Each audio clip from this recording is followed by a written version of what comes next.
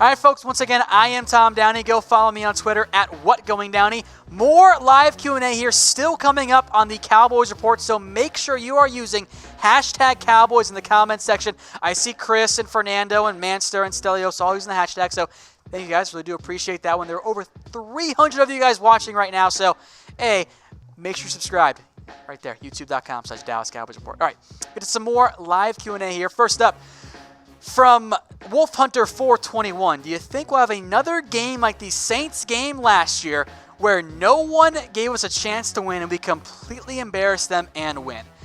I don't know if it was an embarrassment for the Saints, but I do think there'll be at least one upset by the Cowboys. That's the nature of the NFL. Nobody ever wins the games they're favored in and then lose all the games they're underdogs, and that's not how it works. So yes, there will be a game. Maybe late in the year, Bears and Rams. Two that jump out to me as options there. Dallas County Scratcher, wait, how do you say that name? That's not Scratcher, that's Scratchter. I don't know, whatever. Anyway, what do you think about Witten coming back to play one more year? As we've said before, I was surprised by it. I didn't see that one coming. I was surprised. I'm curious to see how he adjusts to the NFL in particular, back having not played last year. From Brody, will Witten have the mobility and agility he had in his prime with Romo? I think that's setting up for unrealistic expectations. Dude's 37. He's not 27-year-old Witten anymore. And we saw last time he played, he was slow. Witten is not the same great athlete he was coming out of Tennessee. So from that perspective, no, I don't think we're going to see prime Witten. But if we can get serviceable Witten, I think that's satisfactory there for the Cowboys.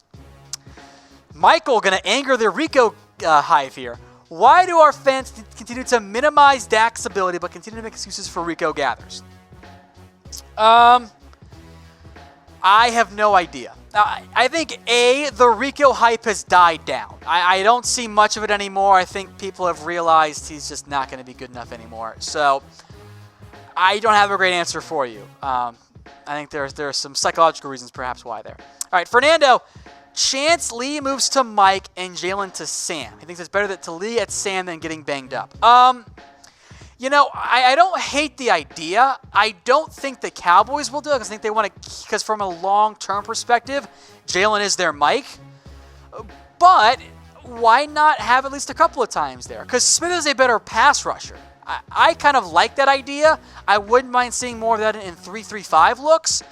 I don't think that's the Cowboys' current MO, though. All right, folks, remember to use hashtag Cowboys to get your questions on the show here. Again, I'll keep bringing them up here throughout this next couple minutes here. Use hashtag Cowboys in the comments. We'll bring them up here. I see Jada and Jerl and Michael and Buddy and Reith all using the hashtag. Thank you, guys. Keep them coming there. Ooh, diehard Cowboys fan. This is a good one. Okay.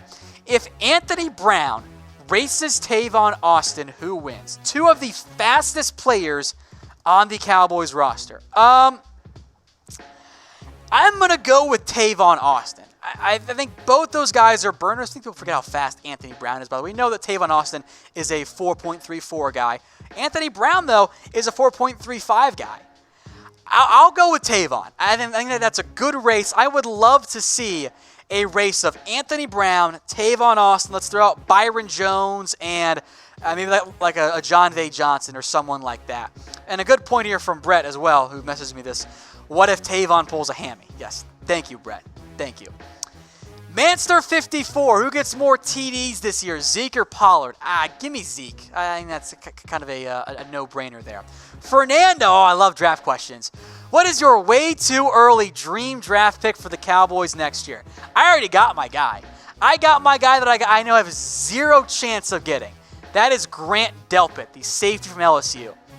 The only way the Cowboys get him is if they suck next year. So they're not going to get him. I would love Delpit, though. You guys know how I feel about safeties, and Delpit is so good. Like Jamal Adams type good there. I would love to get him, but there's no way. All right, from Chris, over under Amari Cooper, 1,200 yards and 70 receptions this year.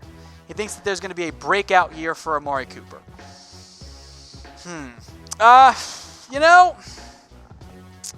He's never hit the 1,200 yard mark.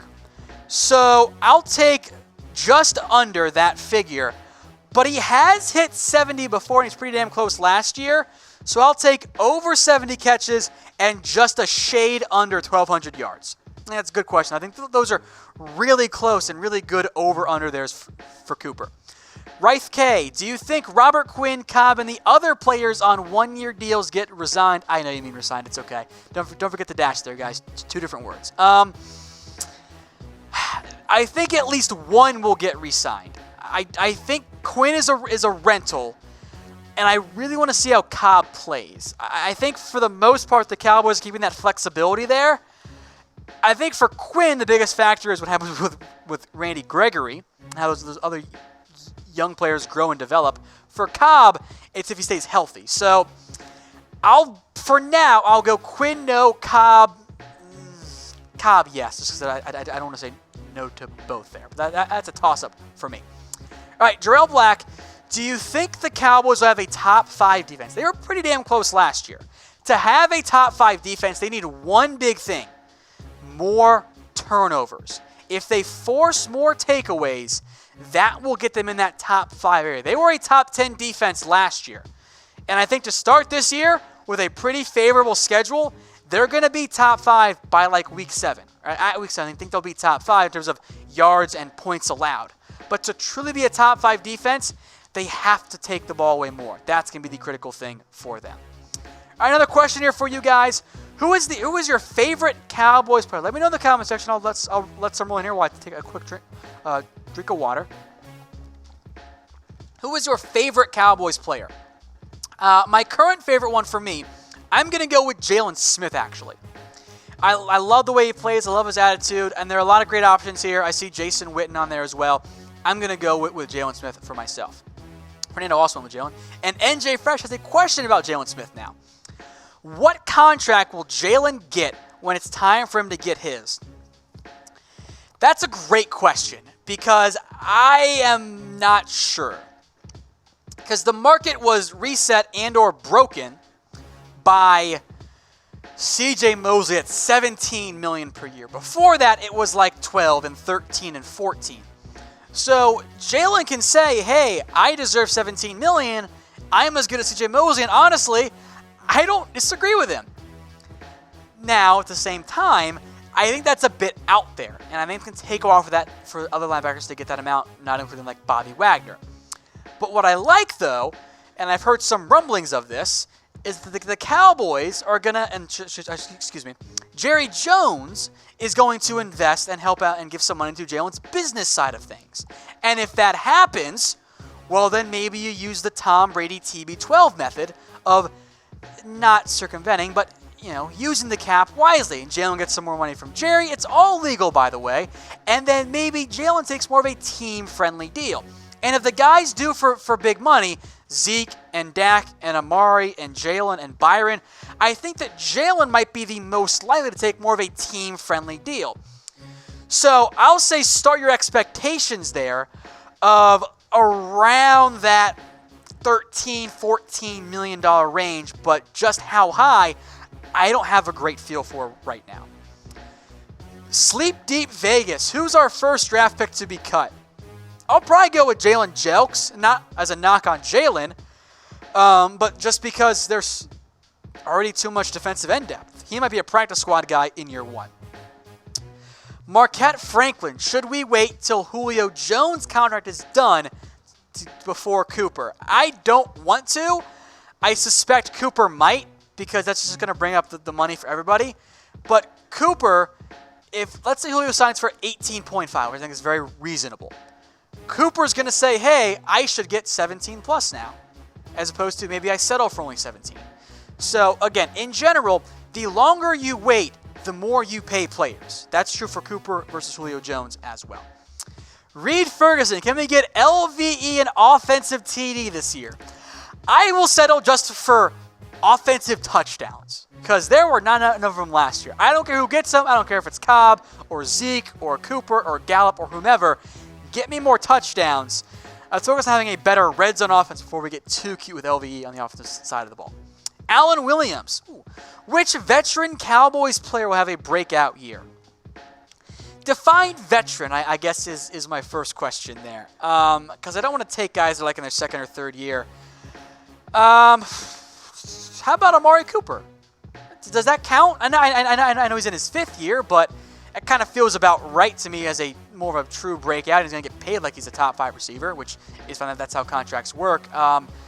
But I want to go defense, but so many of those defenders are in their second or third year. So I'll go with Cooper, who I guess qualifies as a veteran at this point in his NFL career.